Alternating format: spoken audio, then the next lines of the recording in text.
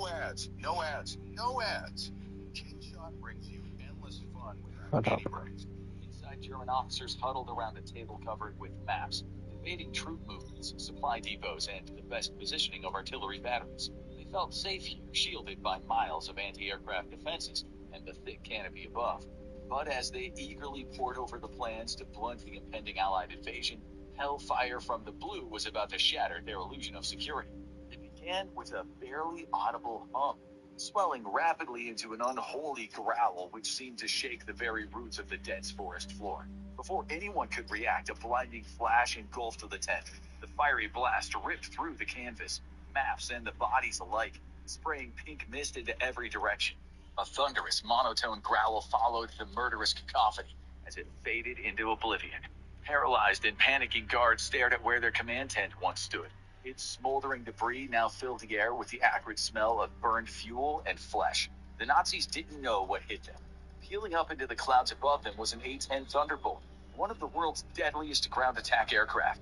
Only this one had somehow been sent back in time to raise hell over the skies of Europe. What? Could a fully loaded A-10 have made the difference for Allied forces at the height of World War II?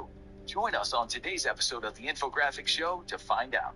Dawn's early light glinted off the dark rolling waves of the English Channel as a squadron of Republic P-47 Thunderbolts approached. The cagey ground-pouring workhorse of the Allied Air Forces cruised low over the water, their bulbous 18-cylinder radial engines rumbling.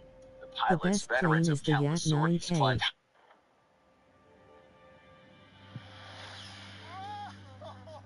This is the A-10 Thunderbolt II, an iconic attack aircraft that's essentially a flying tank. Now, you've probably heard the A-10 referred to by another name, the Warthog, and that's due to its fierce, aggressive, and distinctive appearance. In fact, it's been said that the A-10 is the ugliest, most beautiful aircraft on the planet. Now, today, I'm here at Mooney Air Force Base with the 23rd Wing Flying Tigers to learn all about the A-10's incredible design. Yak 9K is a flying tank too. Theory, because we're going to have the chance to witness a live fire demonstration that I promise you won't want to miss.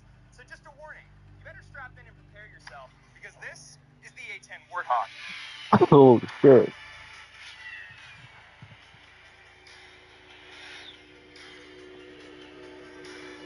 Po2 even better.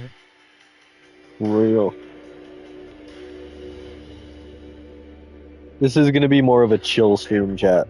It's good to see you. I'm here with Captain Josh Flores, call sign Fuego. Now, Captain Flores and I actually went to school together at the Air Force Academy. We graduated in the same class. I always knew you'd be doing big things. But what can you tell us about this jet? What's it like to fly the A-10? Yeah, Sam, one word. It's incredible. The jet was designed for close air support. It's close proximity to friendly forces, so those dudes on the ground, when they need help, they call us. But the best part is sitting right above that 30mm cannon. Well, I can't remember an aircraft I've been more excited to see up close and in action. But before we get there, I do want to cover a little bit of the background on how this aircraft came to be. The A-10 Warthog is truly unlike any other aircraft in history. Developed back in the 1970s, it was built to fill the vital role of close air support that was set by the U.S. Air Force. They needed an airplane that was simple, effective, and survivable. One that could fill in the gaps of the U.S. Army's helicopter fleet. Essentially, they needed an attack helicopter, but in airplane form. And that's exactly what they got.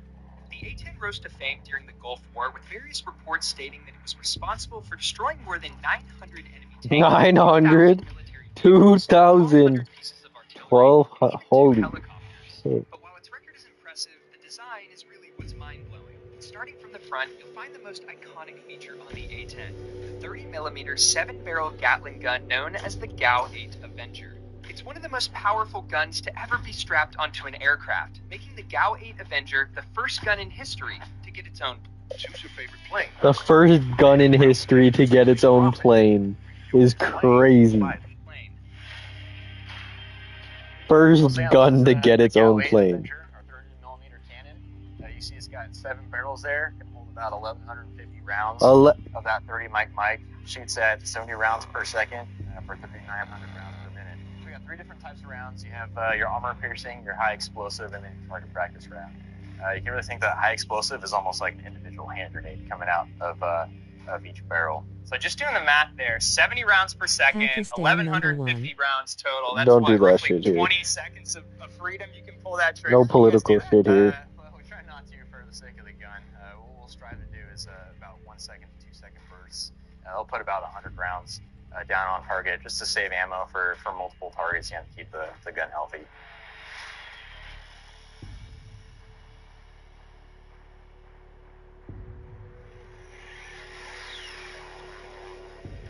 All right, moving on to the wings. We've got 11 hardpoints or pylons that are mounted on the wing and then under the fuselage itself. You can put a whole bunch of different stuff on here. So we have your AIM-9 mic right here, an air-to-air missile. You can carry a bunch of different bombs. So you have our laser-guided bombs, you have the GPS-guided bombs, small diameter bombs, which give us a little more range, all the way down to the I just want to see what. I want to see this you now. have the air-to-ground missile, 65 ABM-65, it's a tank-killing missile. Right, just what this jet was built for. This one's a Delta model, so it's IR seeking. Then you have the main gear well here. And if you take a look at how big that tire is, it's built basically so we can take off and land from austere locations. Like I'm sure you've seen the highway videos or any dirt strips. This jet was built for that. Yeah, and a few times I've seen the A-10 fly, I was actually impressed with kind of its speed and agility. I mean, I know it's not known for going fast or being agile, but you guys can dive pretty steep when you're doing those straight fronts, huh? Yeah, well, you got to think where we're going into, right? We're strafing a target, dropping bombs in a target. Those people aren't going to be real happy that they're getting shot at, right? So they're going to start shooting back at us. So we need that maneuverability to get out of the way, return back to kind of a safer location before we can roll in again. Now, the damage the A-10 can inflict on the battlefield is only half of what makes this platform so incredible. The other half is the damage the A-10 can withstand itself. When flying close air support missions, oftentimes you're in the direct line of enemy fire, and so durability is vital. The A-10's design allows the aircraft to survive direct hits from armor-piercing and high-explosive projectiles. Its two engines are mounted on the rear fuselage, giving them the best chance of surviving anti-aircraft fire. The canopy is made up of bulletproof glass, and the cockpit is surrounded by an 1.5-inch thick titanium tub that protects both the pilot and the flight controls. Even if the gun itself were to malfunction and explode, it wouldn't be able to penetrate the cockpit due to the robust titanium design. So when A-10 pilots are flying in enemy territory, taking on enemy fire, what's going through your head? I mean, I know this aircraft is incredibly durable, so that's got to be pretty comforting knowing it takes, quite a lot to bring this thing down? Yeah, absolutely. So, I mean, you have the first thing, you have the titanium bathtub that's right under you, protecting you from small arm fire, right? But there's also tons of redundancies built into this jet, from the hydraulics to the electronics to our targeting system. One of the most iconic things is the manual reversion flight control system. So there have been jets that lost all of their hydraulic fluid, where traditionally you'd need that to fly, right? You just flip this little lever over and then you're flying like with pulleys and cables like you did 60 years ago. So it takes quite a lot to take it down, and it's pretty comforting knowing that. So welcome to the cockpit. There are a couple of things that I want to point out that are unique to the A-10, starting with our radios down here. So the A-10 has 4 different radios. A couple of those are for interflight between the flight lead and the wingman. But there's one specific radio that's important to the A-10. That's the large radio. That's a combat search and rescue specific radio that lets us talk to down air crew. So when we're doing our CSARs, it helps us communicate with them and find where they're at. Moving on, we've got our armored control panel here that arms up the gun and any other weapons we have on the jet. We've got our 2 multi-function displays here where we can throw up a moving map that lets us see pretty much the whole battlefield, or a targeting pod, or any other sort of information we want to get. We've got our countermeasure system here to protect us while we're flying, and then finally our computer, where we input grids and coordinates so that we can plot those on that moving map. Most importantly, though, we have the center stick. Right? You got your pickle button on here for bombs and missiles, and then you got the trigger down here. So when you're sitting here and you pull that trigger, I mean, I imagine the recoil is pretty crazy. What's that feel like? So surprisingly, there's not really recoil, right? I've heard a lot of people say, when you shoot the A-10, it stops in flight. That's not true. But it does shake violently. And you can see in our HUD, the whole thing shakes, and you almost lose what you're looking at. You can feel the vibrations throughout the cockpit, and then you can smell the gun gas, all that gunpowder come through the cockpit. It's pretty awesome. Now, an A-10 it's pretty awesome. Jet than like a fighter jet. How many G's do you guys typically pull on a mission? Probably like 3. So it depends. We can pull up to just a little over 7 G's. 7? Don't happen too often, but typically on a mission, in our safe escape maneuver, getting away from the ground, we're pulling over between 4 to 5 G's. 4 or 5? Damn. You guys do wear I thought it was like 3. Oh yeah, we wear the G suit. 7 Gs, and they've never actually done it. But it can, because it's been tested up to since it was created. Nah, hold on, let me look. Sorry, I'm googling.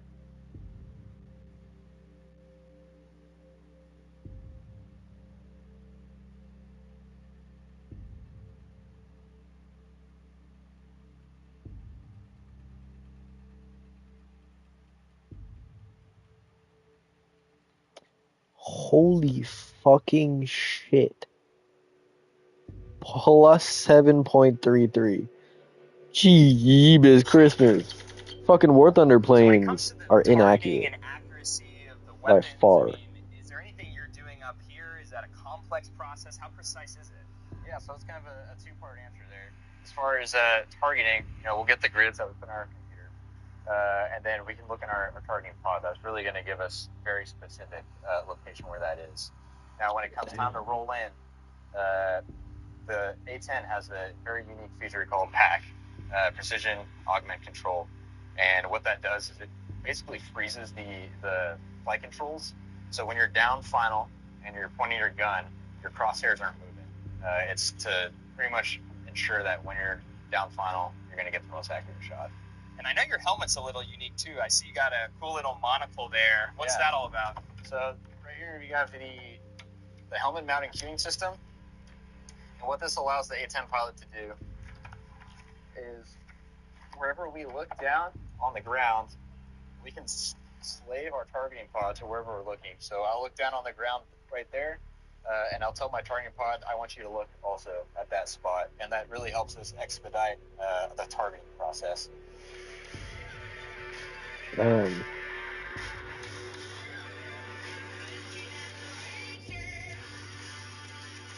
That belt bed is so cool.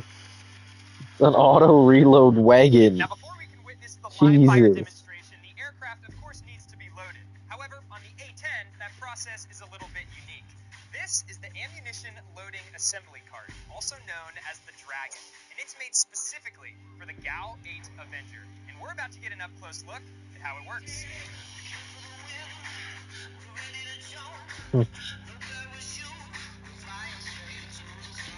So what you're about to see is us actually use the ALA, and what we're going to start with is we're going to start with the rounds that enter this section right here. They travel all the way down these chutes, they travel around and through this table, and they go out of that head into the jet. So the reason why we have to use this machine is because it would be physically impossible to take all those rounds and put them into the jet one by one. It'd also be unethical. It would take forever.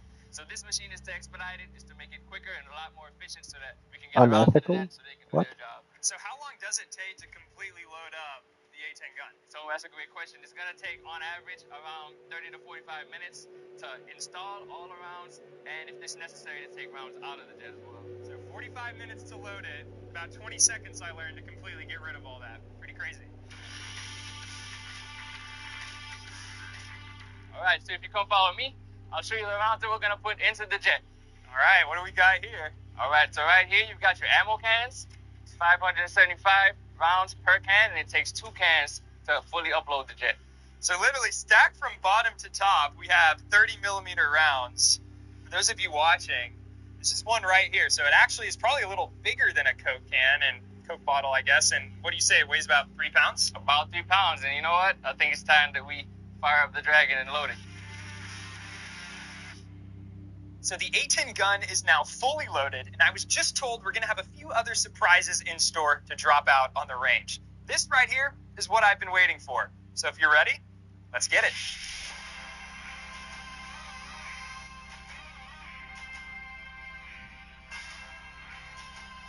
Holy.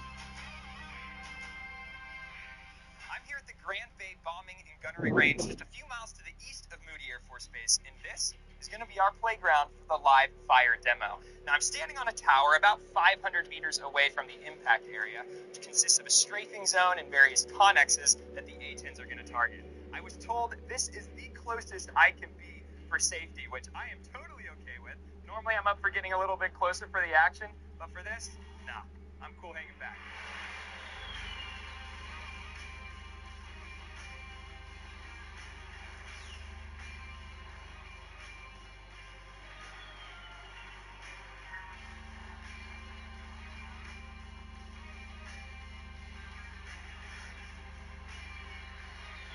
So that sound you just heard from the 30mm gun is probably the most iconic gun sound in the world. And if you listen closely, you'll actually hear two sounds. The first is the rounds actually hitting the target, because the rounds travel faster than the speed of sound. The second sound is the gun itself. It's a lot more mechanical sounding, and that's because of that 7-barrel spinning and firing. It's pretty cool.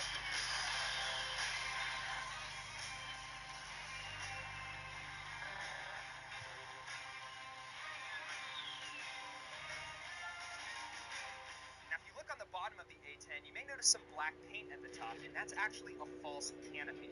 It was designed to confuse the enemy on whether the A10 was right side up or right side down, especially in air-to-air combat when an aircraft is turning left or turning right. Even a split second of indecision from the enemy can make all the difference.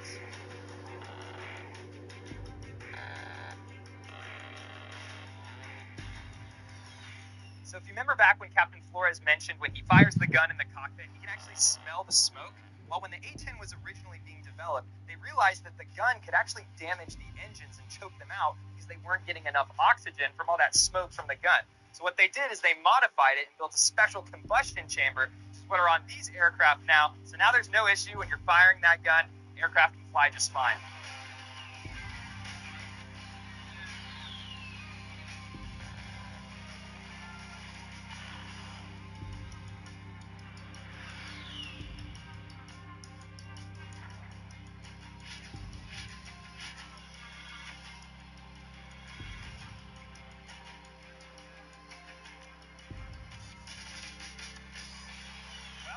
You have it, the incredible A-10 Warthog. I hope you enjoyed getting an up-close look at this item so you don't miss out on. Well, that was pointless.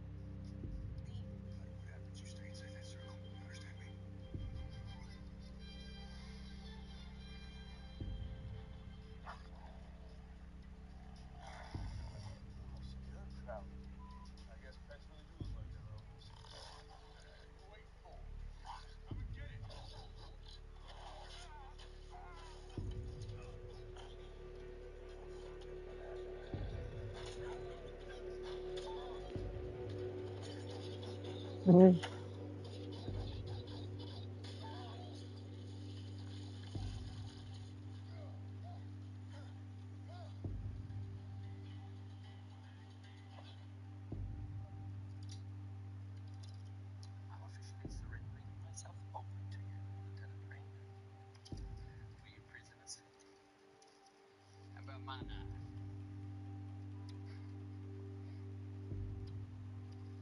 Wombats defend themselves by fighting back.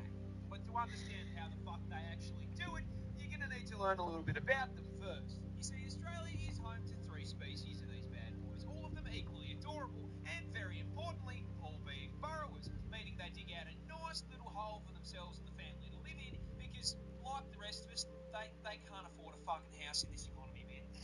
They go to around 1.3 metres in length, but despite being small, they are built like fucking tanks, weighing in at a chunky-ass 35 kilos, and despite their weight, I shit you not, they have a top speed of 40k an hour. Jesus. Now, the fact that they can nearly get booked in a school zone, coupled with their being a tank-class marsupial, forms the start of their defence strategy. So you see, a fun fact about wombat anatomy is they spect all their defence points into their ass. Rather than having fat and muscle, a wombat's cheeks are made out of 4 thick plates of fused cartilage, making it extremely solid. And this Kevlar BBL allows for the fucking funniest defense mechanism I have ever seen on an animal. Basically, if a predator tracks down Mr. Wombat to his burrow, it'll stick its head in and start trying to dig him out. In response, the Wombat will line his ass up with the tunnel door, chuck the gear shifter into reverse, and fucking floor it backwards up the tunnel into his aggressor, slamming his ass into its head. The impact then squashes the predator between his steel cheeks and the roof of the burrow, straight up crushing its skull like a Mortal Kombat. Wombats are awesome. Australia's scariest spider is hiding a deep secret. But what is it? Well, introducing the huntsman, native to the land down under, and the number one cause of tourists absolutely shitting themselves on camera. And look, in defense of said tourists,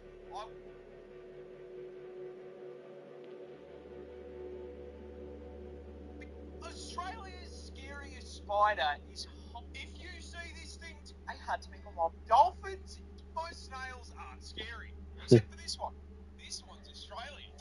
And this one's Australian, of course it is. An aquatic mollusk native to the land down under, and as seems to be the requirement when sharing your postcode with a kangaroo, it can quite easily cause your neck snap to be in a coffin. And the way it can achieve it is this bad boy right here. You see, despite most snails having a reputation for being slow goobers that get folded by a salt shaker, the cone snail is a highly effective ambush predator. And you may be wondering, how the fuck does a creature that moves slower than the GTA 6 development cycle hunt anything? Well, that's simple. It has a grappling hook. That's right, Gary's murderous little cousin here is a roadhog, mate. And he hunts by slowly but surely stalking up on his prey What? until he's just within range, and then bang! The cone snail does a quarter circle input, spitting out a tube harpoon at 90 kilometers an hour. This harpoon then nails its prey, allowing them to reel it in like he's playing Scorpion. And in case that wasn't bad enough, as seems to be a requirement for spawning on Australian servers, it's venomous. That harpoon also injects its prey with a highly potent neurotoxin that instantly paralyzes it. This means it cannot put up a fight as it is sucked into the snail's ginormous maw like a nightmarish version of Kirby. It is. Just in case you thought for once you might be safe, cone snail venom is potent enough to kill 700 people with one sting. Oh yeah, and there's no anti-venom, because it's not enough that it can kill. No, I have to die knowing there is zero counterplot. Who balanced this shit? Who balanced the shit? Cone snail nerves. No. This shrimp can cause explosions. My man. This is Australia's most common snake, and that's quite a problem, because it's also one of the world's deadliest. Introducing the eastern brown snake, native to quite literally every state in the land down under. And unluckily for us, this asshole has earned himself a silver medal in the No Rope Olympics venom The category. No Rope Olympics. For the most venomous snake in the world. It is worth noting that third and first place are unsurprisingly also both held by Australian snakes. God hates us. However, unlike first and third, the toxic middle child here is a far larger problem, because putting it lightly, he's a You died. The eastern Yep. brown is one of the most territorial species of snake in the world, which is a scientific way of saying they operate on the US home defense philosophy. If you dare put a pinky toe onto this guy's property, he will bite your ass, injecting you with a hemotoxin that can send you to heaven via blood clot in under 30 minutes if left untreated. But hey, stay off his property and he'll leave you alone, right? Yeah, one problem. His property is your property. That's right, the eastern brown doesn't get out in the These middle of memes nowhere are like crazy. his slightly more deadly cousin.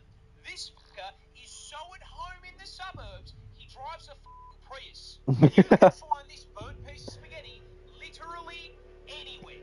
Go to put your shoes on, he's turned them into a 2-bedroom home. Jump in the car to go to work. Yeah, unfortunately, that's his car now. Get to work on the job site. What do you know? He works here too. Try to take a shower. Time for Schmoko. Stop. He's moisturising. You can't even take a shit in the comfort of your own home without running the risk of the dunny being occupied. Yo, this snake coming up out of the toilet is crazy. What the fuck? 200 species of snake in the country. This ginormous asshole makes up 60% of snake bites. 41% of fatalities. Holy. What the This fuck? adorable little These ads are crazy. This adorable little octopus is also the world's deadliest. Introducing the blue-ringed octopus, a species of cephalopod native to Australia, and in a shock Of to course. precisely 0 people at this point, it's venomous.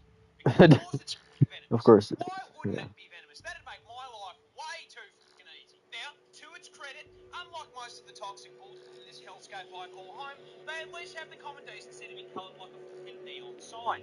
However, it immediately loses this credit by being the octopus equivalent of a hobbit, coming in smaller than a 50-cent coin.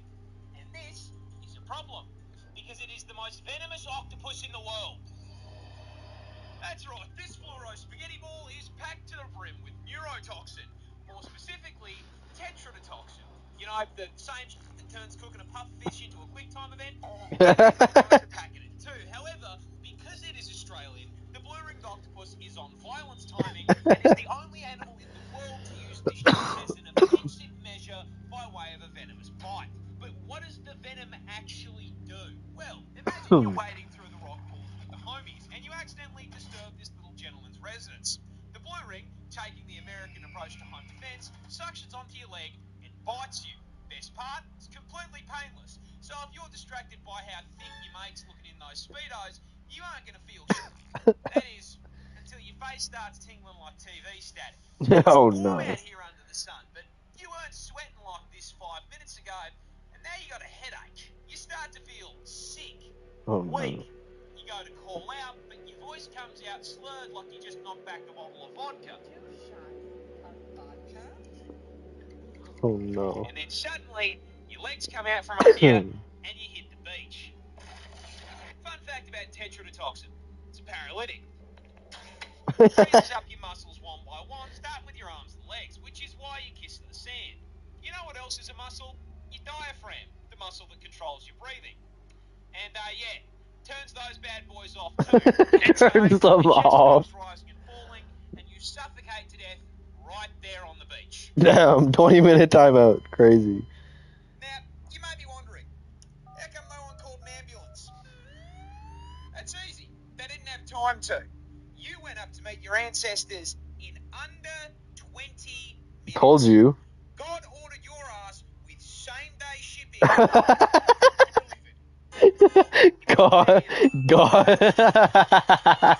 God ordered your ass on same-day shipping. Introducing the Bird Lance, a species Bro, that was way too good. God ordered your ass on same-day delivery. Yo, God's using Amazon now? They have heavenly orders? What? Oh, that was a fucking awesome joke. Holy shit. viper native to South America and Mexico, with this particular novarope having quite possibly one of That was the way too good. nastiest bites in the world. There's no rope. This is a fairly major problem because this little has the temperament of an eshay at a train station, being Bang incredibly style. aggressive and extremely territorial. Both of you give me your wallets and your shoes, bar, otherwise I'll take your head in right now, bar. In fact, this toxic garden hose is such an aggressive little shit.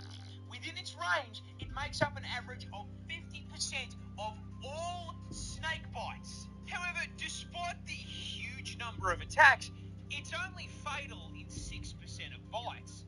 So why is it such a problem? Just because you live the bite doesn't mean you'll want to. You see, when a Fer-de-Lance bites you, this massive viper sinks its huge inch-long fangs into your skin and injects you with 2 teaspoons of venom. You will at this point notice a little status effect bar appear at the bottom of your screen.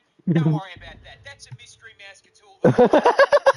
Upon being bitten, your blood pressure immediately crashes lower than the stock market, and you start to feel very ill. The bite wound feels like you've been shot in the leg, you start sweating like someone's looking through your browser history, and then you start puking your guts up, shortly followed by you collapsing to the ground in agony. Now, Fer-de-Lance venom is hemorrhagic, so while you're having a frat boy moment on the ground, the venom is breaking down the walls of your blood vessels, causing massive internal bleeding. At the same time, it's seeping into your bloodstream, causing it to thicken and start throwing clots. But hey, you're in luck. You were with a buddy when you got bitten. They rush you to the hospital, and because it's such a common snake bite, they have the anti-venom on hand and administer it immediately, counteracting the venom's effects. There is just one problem. The Mystery Mouse Cthulhu is still there, because anti-venom is not necromancy. So all the dead tissue around the bite caused by the blood clots and internal bleeding is still very dead. In fact, it's so dead that it is rotting on your still alive body in a process called necrosis. I can't show you a photo of necrosis because it's genuinely disgusting, but to put it in a term you can understand, the snake applies scarlet rot. Scarlet rot is crazy. Now, so long as that, That's a good analogy. this is the deadly Komodo dragons Yes. are horror villains. I mean, seriously, this industrial-sized lizard is easily Are you dead one of yet? the biggest assholes in the animal kingdom when it comes to hunting methods, packing a PhD in suffering and a double degree in biological warfare purely because they cannot be expending effort to hunt. You see, Godzilla's little cousin here is the largest lizard in the world, weighing up to 166 kilos. 365 pounds. 3.13 Holy. meters in length, which means, for the short kings in my audience, if you're brave enough, bang a motor transport right there. Bang a motor Now, being the transport. reptile equivalent of a Cadillac Escalade means that the Komodo dragon needs to consume a lot of calories to keep that bulk going. However, rather than using that bulk to proactively chase down and body slam its prey, they can take down prey 3 times their size. Holy fuck. Because as if being a reptilian tank was not enough, they are also venomous. And this isn't just your run-of-the-mill snake venom that, you know, gives you a nice quick 15-minute death. No. A Komodo hunt starts with it running up to its prey and giving it a nice big chomp on the leg, injecting it with hemorrhagic venom. After biting, the Komodo dragon cuts off and just sits there watching. The confused and bewildered animal runs off into the forest, leaking blood, allowing that Komodo dragon to track it like a DoorDash order. Goes by. And that bite wound isn't closing because hemorrhagic venom prevents blood clots. So the animal is still slowly bleeding out, and the Komodo is still watching. More time passes. That bite wound gets infected because Komodos are carrion feeders, meaning that the inside of their mouth is full of enough rotting flesh and bacteria to give Asmongold a run for his money. The infection begins to drain the animal's strength, and the Komodo is still watching. Another week passes. The infection has spread, and the flesh has begun to rot. And you best believe that gas lizard is still there watching, like he's waiting for his meal to heat up in the microwave. Once the bleeding, disease-ridden animal becomes too exhausted to move on its own and collapses, the Komodo strolls over and eats it alive, shredding it into chunks if it's larger, or if it's small enough, swallowing it whole as it screams on the way down. Even for me, man. When you lie on your front like this, A gorilla can't beat 100 men in a fight. He gets which animal does win? Oh, And shit. the answer, stepping into the ring at 5 meters long and weighing in at a genuinely frightening 4,500 kilos, I present to you the hippopotamus. Yeah, look, a hippo causing a 100-long line at the gates of heaven after a fight is honestly pretty plausible. You see, despite the fantastic PR work No, done for the hippopotamus, you're cute. Oh, doesn't change the you're fact cute. that Moto here is a sentient Ford F-150, the temperament of a fucking serial killer who can win this fight for one very specific reason. You can't fucking hurt it. You say the hippopotamus is possibly the tankiest land animal on the fucking planet, packing an unbelievably thick 2-inch hide. Now look, we all know 2 inches is a lot, especially in the sheets, but in the streets of the African savannah, this makes Oh, this them man is so funny. practically Invincible. Don't believe me? Here is a hippopotamus walking away from 10 lions trying There is to literally 4 lions eating the Notice shit that out of this hippopotamus hippo and it's does just not walking give a away. single fuck. If He Mufasa and his didn't give a extended fuck. family can't hurt it, neither can you. However, don't let the fact that it's walking away fool you here. The hippopotamus is not a peaceful animal. Oh my In god. fact, Chat, he just showed a clip of a hippo flipping a tigress and then chomping down on its fucking head. Like a fucking dog catching a frisbee. This hippo just flung a tigress in the air and chomped down on its head while one single paw was on the ground. Bro's got aimbot. violent, psychopathic, 4.5-ton thundercats that can and will bite you in half. Thundercunt. A hippo's jaw produces 2,000 psi Holy. of pure crushing force. So if he catches your ass, you are the watermelon. And as if the hydraulic press wasn't bad enough, don't forget they've got 2 20-inch fangs in that mouth that'll put a hole in you big enough to stick your arm through. But honestly, the bite doesn't even matter. It weighs 4.5 tons and can run at 30 It weighs 4.5 tons and can run 30 kilometers an hour. That is, bro. Getting hit by a charging hippo is like getting hit by a fucking bus. There is no way to get something that can cross. I can't even imagine. Just imagine a hippo running down the street and just takes out an entire fucking car. Sorry, I don't know why that's funny. I just can't imagine this flabby fucking blubber butt running that fast. People just by rolling over. Bro. In summary, Holy. who wins? 100 men or 1 gorilla? Well, to get your answer, we're going to have to look at our fighters for the most anticipated cage match of 2025. And in the red corner, standing at an impressive 6 feet tall and weighing a ridiculous 220 kilos, we have one singular silverback gorilla. Stepping into the ring to settle the score against humanity for what we did to Harambe, this fighter is bringing some impressive physical strength, capable of lifting up to 800 kilos of That's weight, 1,763 A pounds. gorilla is more than capable of picking you up and doing you the same way that Hulk did Loki. Damn.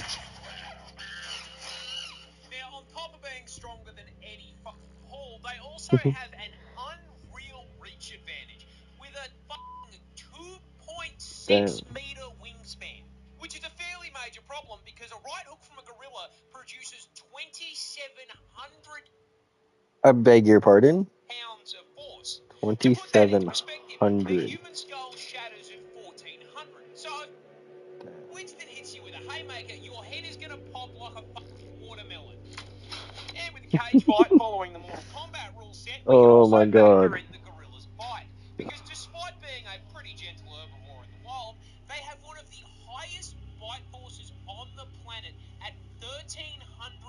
psi. That is 100 psi more than a polar bear. And now, with our fighter statistics out of the way, let's get down to business. Can our gorilla win a fight against this Next. wasp? Is basically a xenomorph. Introducing the tarantula hawk wasp, Oh possibly one my of the most god. nightmare-inducing insects on the planet. And the reason it's such a threat to your mental health is because its hunting and reproduction strategy is ripped straight from Ellen Ripley's autobiography. But before we get to the straps, you're going to have to learn a little bit about it first. Native to Australia, because of course it is, this fucker is the largest wasp on the planet, coming in at a massive 2.5 inches. Which, Holy boys, shit. we would all agree, well above average. Australia has just found Zombie bugs? koalas are really dumb. Yes. In fact, Australia's fuzzy icon is probably the dumbest thing on the planet. And that stupidity starts with their diet, because of all the things they could have chosen to eat, they chose to eat nothing but straight up poison.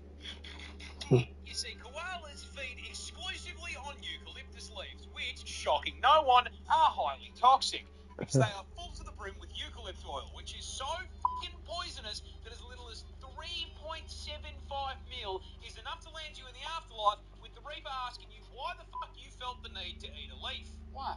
Oh, it's also highly flammable and burns like napalm.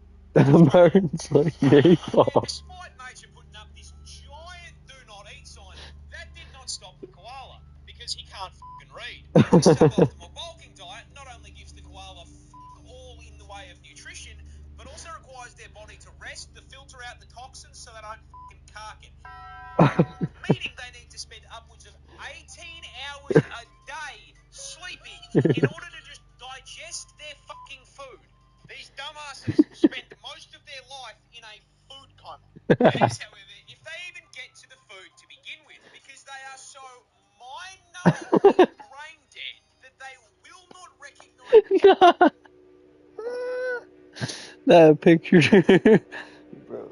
a eucalyptus leaf as food unless it is on the branch. I could give this dumbass a lifetime supply of food, and if it wasn't on a stick, he would starve to death. It should come as no surprise to you at this point that the koala has such an esky temperature IQ that they literally have a smooth brain.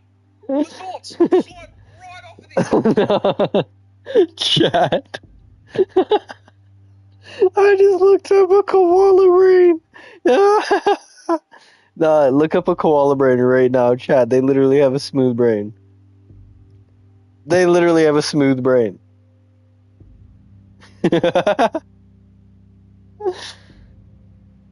They have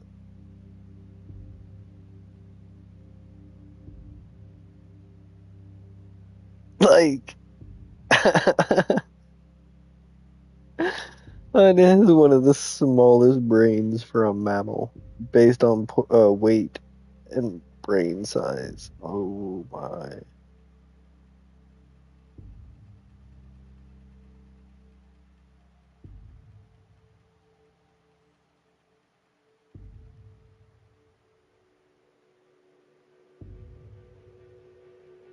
They don't have anything. They're smooth-brained as fuck. Just like a rabbit and a rat and a mouse. Like, at least a wallaby has fucking wrinkles on his brain. Humans have the most, obviously. And then chimpanzee, baboon, mandrill, macaque, bear, lion, cheetah, dog, cat. Cats are smarter than dogs. Haha, get fucked. I love him. Crocodiles are just... He's dumb. For those of you who don't know, the brain has wrinkles due to the neurons, or the area of the neuron, or the neutrons that it can fucking send. So, like, the more wrinkles the brain has, the smarter a person would be. So a wallaby is smarter than a fucking cat. And a dog is smarter than most, except for a cat. So, you know. I don't understand how the brain works on their fucking thing. Like, obviously humans and then chimpanzee. But baboon? Mandrill? Macaque? How? How are those fucking monkeys even close?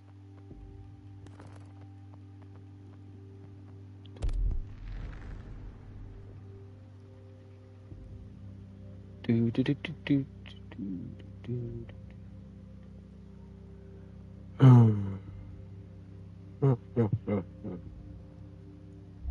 Bro, play the game instead of watching shorts.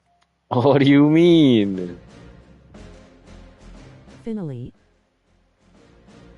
I don't know what you're talking about. I need ammunition. What do you mean, finally? Finally. He's playing the game. Well, I know shit.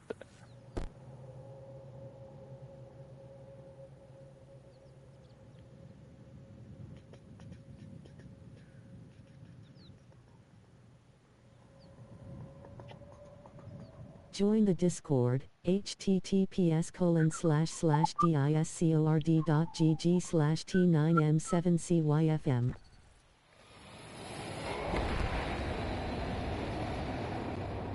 Wee.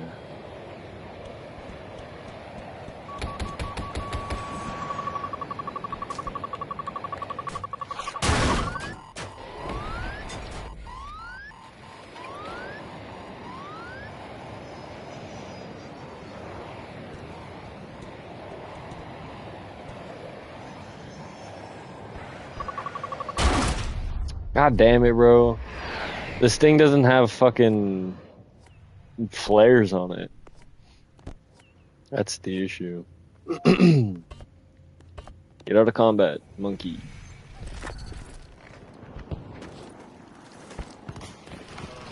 Reserves are down by a quarter. This looks to be a tough fight. Catch! Throw a grenade!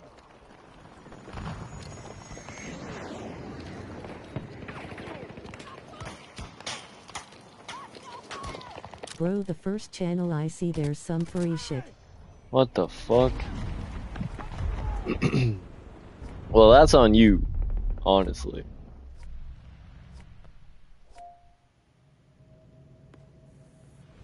Do.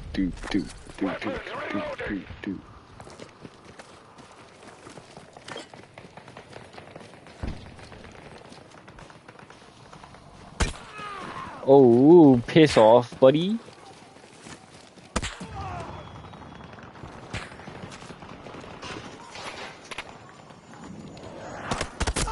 Oh, piss off, buddy. Piss off. Your mom's gay. Your mom likes men. I guess that's not really an insult, but... Support available. Call in if you need it. Hostile fire team, 130 meters. Hostile troops assaulting Charlie 2.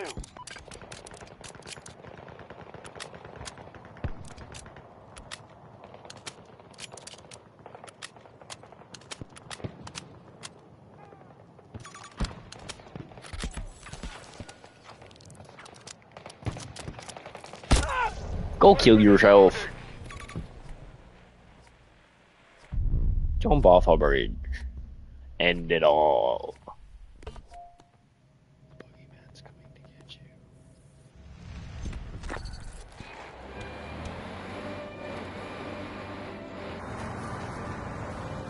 Got to start securing sectors. Enemy has majority control. Oh I shit. saw you playing Baldur's Gate 3. Yes, sir. Do you want me to What is this see game about? Baldur's Gate? It's really good. Okay, have you ever heard of Dungeons and Dragons?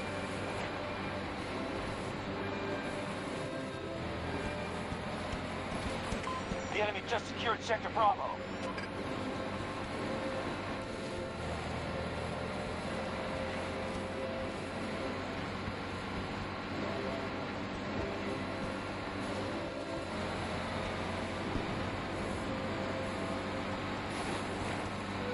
Yes, of course. It's basically a Dungeons and Dragons style game. One down.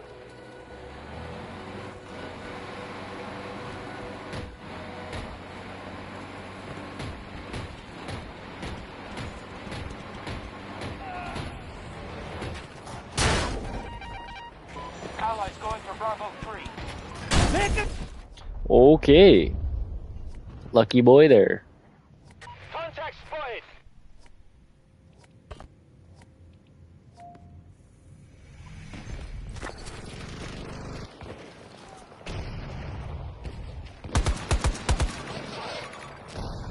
But it's not in first person, right? No, it is not. It is in third person.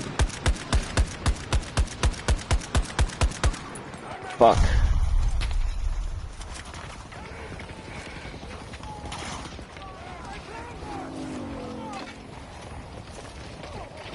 They attack a frenzy.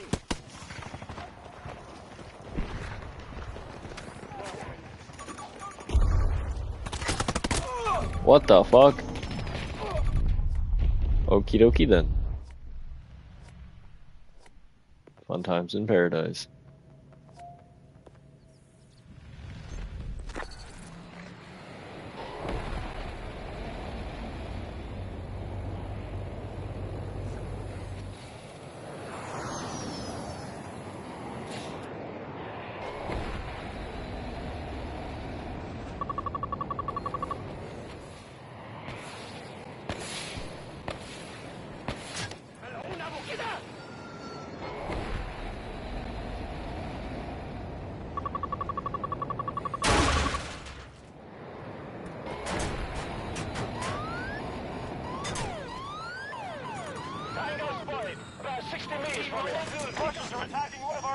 That loser.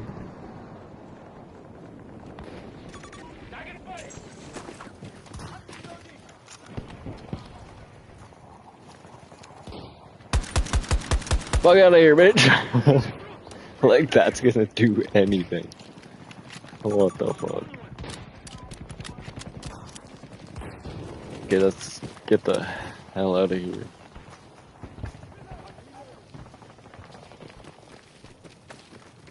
Our reserves are now down 50%. We have enemies attacking Charlie 1.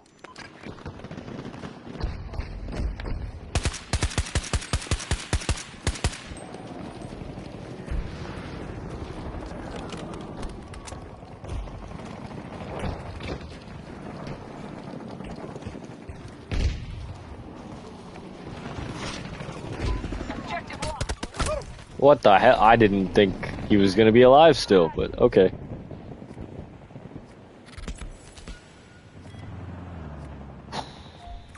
Marking enemy tank!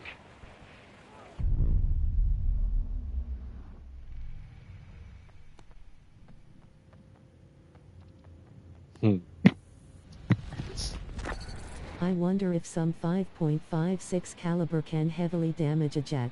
Oh yeah, easily. Easily.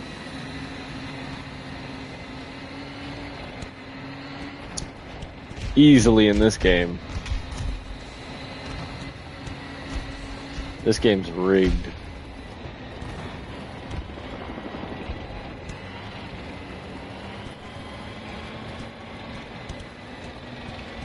Yeah, but Earl. Oh, no. Charlie 2 objective lost.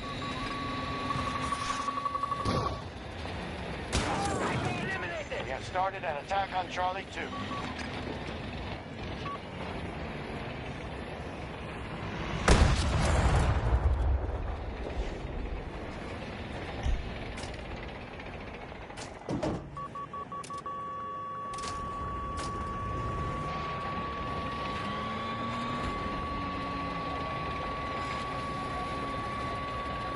Our forces have taken Charlie 2.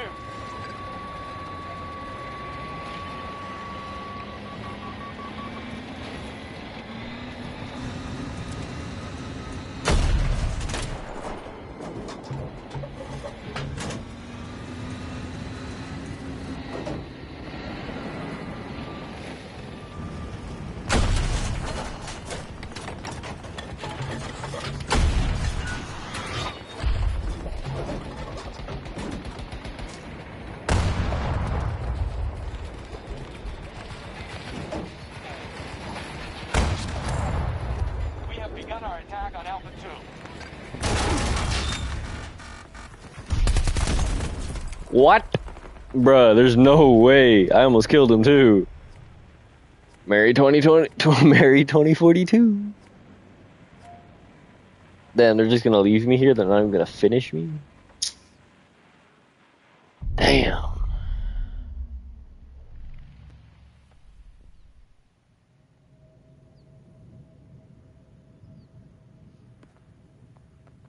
You know what? Nah, time to get my get back.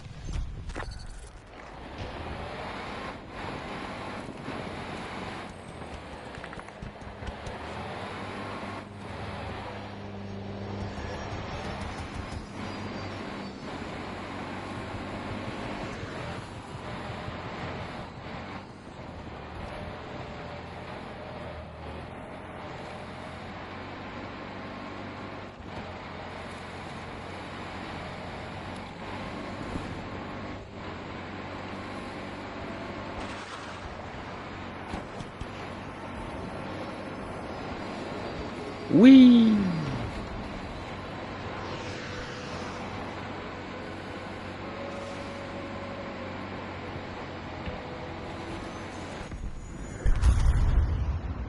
You missed.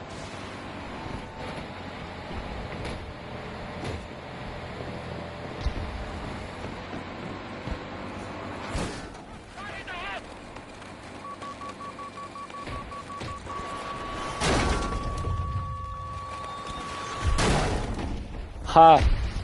Losers. What the fuck is this game? Bro, sensitivity at like 20. I kid you not.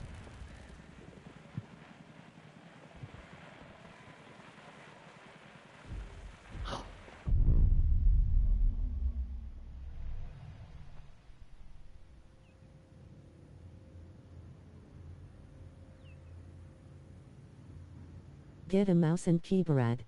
I will. Alex, you want me to play some Baldur's Gate?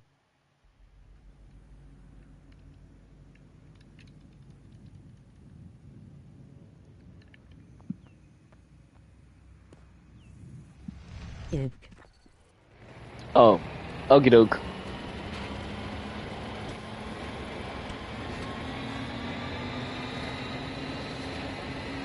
I'ma go soon.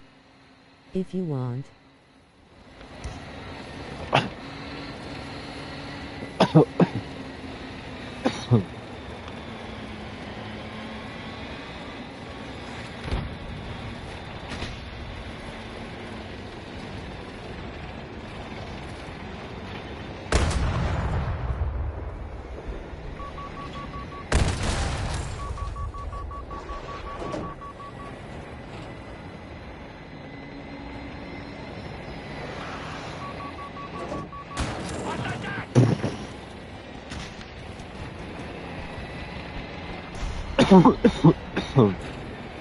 Charlie 2 needs attention.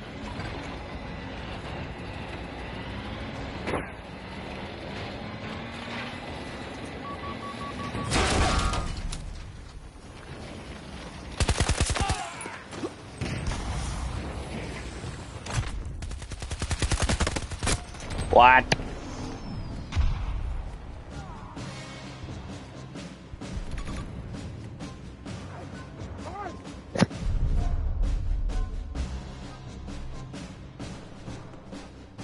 Not much left to fight with. One last push.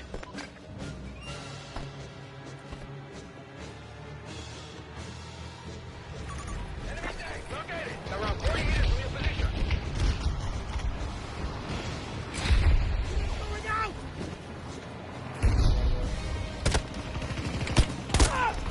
What? Yeah, I don't like this game, bro. Why do I play it? Why is it downloaded?